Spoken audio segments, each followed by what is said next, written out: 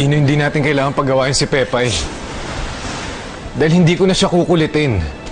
Wala rin akong balak saktan siya. Inoy, kahit ikaw, wala akong balak saktan ka. Niloloko mo ba kami? Kung wala kang balak kay Pepay, bakit ka nandito?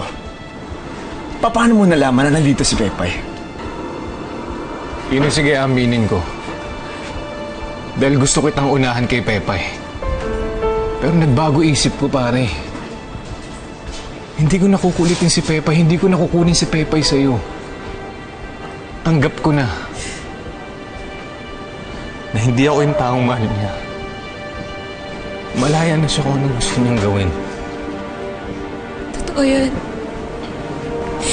Kaya hindi mo na ako kailangan pang iligtas pa. Inoy, kung sa'yo siya sasama,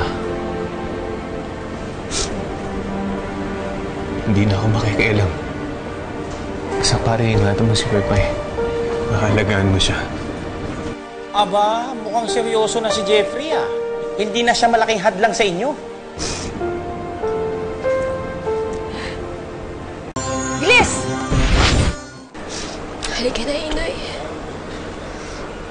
Umuwi na tayo. Baka kasi hinahanap na ako ni Mame. Pepay,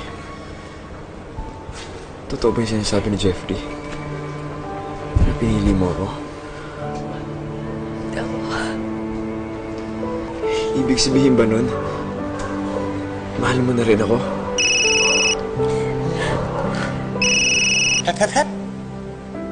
Mukhang nagbabalik ang hadlang. Baka may ibang pinabalak to. Bitin ba kayo? Abangan dahil mas maganda ang mangyayari bukas.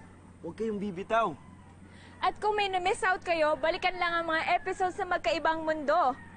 I-click lang ito at mag-subscribe na para makahabol sa storya namin. Isang click lang makikita nyo na ang magkaibang mundo namin ni Pepay. Hep happy mga kapunso!